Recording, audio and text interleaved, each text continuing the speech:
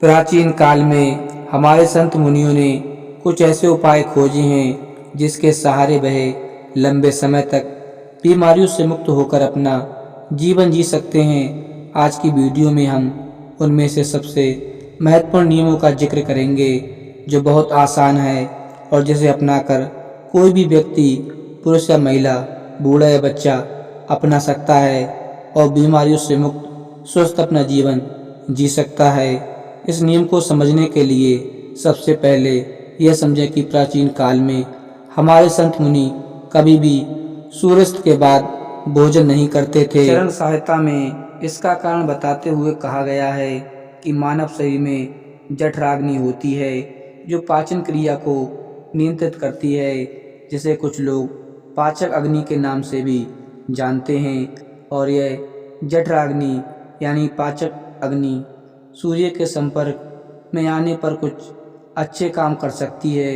और जब कोई व्यक्ति सूर्य डूबने के बाद भोजन करता है तो रात के समय उसकी पाचक अग्नि सक्रिय नहीं होती, जिसके कारण धीरे धीरे पाचन क्रिया में बाधा उत्पन्न होने लगती है और इसके कारण समय के साथ बीमारियों में उत्पन्न होने लगती है। यहीं से सभी रोगों की जड़ जन्म लेती है। अगर इस जड़ को ही खत्म कर दिया जाए, मिटा दिया जाए, तो शरीर जीवन भर रोगों से मुक्त रह सकता है। अब समझने वाली बात यह है कि जब हमारी जठराग्नि यानी पाचन अग्नि ठीक से काम नहीं करती तो हमारी प्राण शक्ति को काम करना पड़ता है और हमारी प्राण शक्ति एक समय में एक ही काम अच्छे तरीके से कर पाती है। जब हमारी महत्वपूर्ण ऊर्जा पाचन में शामिल होती है तो हमें गहरी नींद नहीं ले पाते हैं और इसी के कारण से कुछ लोग 8-8, 10-10 घंटे की नींद लेने के बाद सुबह थका हुआ महसूस करते हैं। इसका कारण यही है 9 से 10 बजे के आसपास सो जाते हैं और इन 2 से 3 घंटों में आपका ज़्यादातर खाना पच जाता है और ये बाकी का भोजन रात्रि के 1 बजे तक पूरी तरह से पच जाता है। और उसके बाद आपकी जीवन शक्ति आपके शरीर की मरम्मत करने में लगती है, आपके शरीर की बीमारियों को ठीक करने में लग जाती है। और यही वह समय होता है जब आपका शरीर खुद को डिटॉक्स करना शुरू कर देता है। इसी प्रक्रिया को अर्ध उपवास कहा जाता है, जिसकी पूरी अवधि 16 घंटे की होती है। लेकिन जो लोग दिन में 16 घंटे उपवास करने में सक्षम नहीं हैं, वो 12 घंटे से शुरुआत कर सकते हैं। यानी कि अगर आपने रात्रि को 7 बजे भोजन किया है तो आप अगले दिन सुबह 7 बजे ही भोजन करें, जिससे कि आपकी बॉडी को तकरीबन 6 घंटों का समय मिल सकता है खुद को रिपेयर करने का। इस अर्ध उपवास में हमारे शरीर में क्या प्रक्रिया घटित होती है, पहले इसको समझिए। जब हम अर्ध उपवास करते हैं तो हमारे शरीर को पूरी तरह से भोजन नहीं मिलता, इसलिए शरीर अपनी ज़रूरतों को पूरा करने के लिए अपनी कोशिकाओं में जो बैक्टीरिया होते हैं उनको ही खाना शुरू कर देता है और इसी वजह से हमारी कोशिकाओं का अपने आप शुद्धिकरण होने लगता है। वैज्ञानिक भाषा में इसे ऑटोफैजी कहा जाता है, जिसका मतलब होता है बॉडी को सेल्यूलर लेवल पर डिटॉक्स करना। सिर्फ 21 दिन के लिए जो मनुष्य इस प्रक्रिया को अपना लेता है उसकी त्वचा में निखार आने लगता है, उसके बाल गिरने कम हो जाते हैं, सुबह अच्छी ताजगी होती है, रात को नींद गहरी आती है और मानसिक तनाव बिल्कुल मिट जाता है। कुछ लोगों को लगता है कि अर्ध उपवास करने से उनका शरीर कमज़ोर हो जाएगा, लेकिन अर्ध उपवास करने से शरीर का फैट कम होता है, मसल्स लॉस नहीं होता और मसल्स लॉस नहीं होता इसलिए शरीर की क्षमता अपने आप बनी रहती है। अब तक आप यह समझ चुके होंगे कि आपकी प्राण शक्ति आपकी बीमारियों को दूर करने के लिए किस प्रकार का कार्य करती है, किस समय आपको भोजन करना चाहिए ताकि आपकी प्राण शक्ति पूरी ऊर्जा के साथ काम कर सके। यह समझ चुके होंगे, लेकिन इसके बाद जो समझने वाली बात है वो यह है कि आज के समय में काम करते करते आदमी अपनी दैनिक दिनचर्या बिल्कुल भूल गया है वो किस प्रकार सही समय पर भोजन करे। अगर वो रात के समय काम करता है तो वो किस प्रकार भूखा रहे, क्योंकि उसे जो आदत हो चुकी है रात के समय देर खाना खाने की। और कुछ लोगों के साथ ऐसी समस्या आती है कि वो भूखे नहीं रह सकते, थोड़ी थोड़ी देर में उन्हें भूख लगती रहती है। तो ऐसे लोग किस प्रकार इस प्रक्रिया का लाभ उठा सकते हैं? देखिए, अगर आप 16 घंटे का उपवास कर रहे हैं तो उसके लिए आपको बीच बीच में कुछ लिक्विड चाहिए, जिससे आपकी बॉडी में हाइड्रेट रह पाए और आपके शरीर को डिटॉक्स करने की प्रक्रिया भी तेज हो जाए। शुरुआत में अगर आप अपना रात्रि का भोजन 7 बजे कर लेते हैं तो आपको 10 बजे तक भूख लगेगी। जब आपको भूख लगे तो उस समय आप नारियल पानी पी सकते हैं। इससे शरीर में बहुत सारे लाभकारी फायदे भी होंगे और आपके डिटॉक्स की प्रक्रिया तेज हो जाएगी।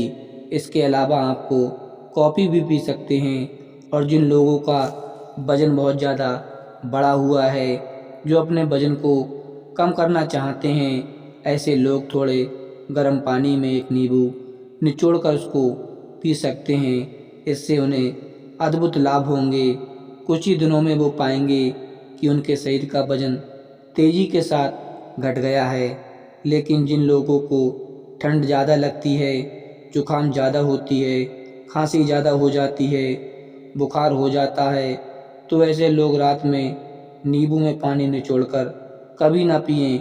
रात्रि में त्रिफला चूर्ण भी लिया जा सकता है, जो कि बहुत लाभकारी होता है। वो आपके शरीर को डिटॉक्स करने में उसकी बहुत सहायता करता है। सुबह आपका पेट अच्छे से खाली होगा अगर आप रात को त्रिफला चूर्ण लेकर सोते हैं। तो जिन लोगों को डायबिटीज या फिर शुगर की प्रॉब्लम रहती है, ऐसे लोग अर्ध उपवास पूरा करने के बाद जब अपना पहला भोजन करते हैं, यानी कि सुबह ब्रेकफास्ट जब वो करते हैं, तो हल्के गर्म पानी में एप्पल साइडर विनेगर, दालचीनी का पाउडर और ऊपर से नींबू निचोड़कर पी सकते हैं। इससे उन्हें डायबिटीज में बहुत राहत मिलेगी और कुछ ही समय में उनके रिजल्ट बिल्कुल चेंज हो जाएंगे। उनका शुगर लेवल, डायबिटीज बिल्कुल मेंटेन होने लगेगा। जिन लोगों को हार्ट की प्रॉब्लम ज़्यादा रहती है, ऐसे लोग सुबह ब्रेकफास्ट में घी या फिर कद्दू का जूस ले सकते हैं। ये उनकी त्वचा के लिए, उनकी बॉडी को डिटॉक्स करने के लिए और हार्ट के लिए सबसे ज़्यादा बेनिफिशियल होता है। जिन लोगों का डाइजेशन ठीक नहीं होता, ऐसे लोग पानी में अजवाइन और जीरा गर्म करके उस पानी को ठंडा करके पी सकते हैं। इससे उनकी पाचन क्रिया बहुत सुलभ हो जाएगी। और जिन लोगों को अर्धोपवास करने में दिक्कत होती है, बार बार भूख लगती है, तो ऐसे लोग हल्के गर्म पानी में शहद मिलाकर पी सकते हैं। ये उनकी भूख को मिटा देगा और उनके शरीर को डिटॉक्स करने में बहुत मददगार भी साबित होगा। कुछ लोग जल्दी रिजल्ट पाने के लिए हफ्ते में 2 दिन उपवास कर सकते हैं, लेकिन फिर 4 दिन पेट भर के भोजन कर सकते हैं। इससे उनकी जल्दी रिजल्ट तो मिल जाएंगे, लेकिन ज़्यादा समय तक ऐसे रिजल्ट टिकाऊ नहीं होते। अर्ध उपवास यानी कि इंटरमिटेंट फास्टिंग धीरे धीरे रिजल्ट दिखाती है, लेकिन इसके जो रिजल्ट होते हैं वो परमानेंट होते हैं। इसमें ऐसा नहीं होता कि जैसे ही आपने फास्टिंग करनी छोड़ दी वैसे ही आपका फिर से वही हाल हो गया। इसमें एक बार आपके शरीर को जो फायदे हो गए वो बहुत समय तक मिटते नहीं हैं। देखिए, हर कोई अर्ध उपवास भी नहीं कर सकता, क्योंकि जो स्पोर्ट्समैन होता है, जो खेल कूद में होते हैं, उनके शरीर को रेगुलर डाइट चाहिए होती है, क्योंकि उनके लिए हेल्थ से ज़्यादा परफॉर्मेंस ज़रूरी होती है। इसी तरह बच्चों को भी अर्ध उपवास नहीं करना चाहिए। और जो लोग मधुमेह के पेशेंट होते हैं, उनका शुगर लेवल गड़बड़ रहता है, ऐसे लोगों को अगर अर्ध उपवास करना हो तो समय समय पर अपना sugar level, blood sugar level check करवाते रहिए। जो लोग अर्ध उपवास का सही तरीके से पालन करते हैं, उनके शरीर की 90% बीमारियां खुद ही ठीक हो जाती हैं। और जिन लोगों को कोई बीमारी नहीं होती, ऐसे लोग अर्ध उपवास करके अपनी बॉडी को डिटॉक्स कर सकते हैं, जिससे कि भविष्य में उनको कोई बीमारी नहीं होगी। यही हमारे संत मुनियों का जीवन भर स्वस्थ रहने के लिए अचूक मंत्र था। तो दोस्तों, उम्मीद करते हैं कि आपको इस कहानी से एक अच्छी सीख मिली होगी। यह कहानी आपको कैसी लगी हमें कमेंट बॉक्स में कमेंट करके ज़रूर बताएं। और साथ ही इस कहानी को अपने दोस्तों के साथ ज़रूर शेयर करें, ताकि उन्हें इस कहानी से कुछ सीखने को मिल सके। तो दोस्तों, आशा करते हैं कि आपको वीडियो अच्छी लगी होगी। अगर वीडियो अच्छी लगी हो तो चैनल को सब्सक्राइब कर दें। मिलते हैं एक नई वीडियो में, तब तक के लिए जय हिंद, धन्यवाद।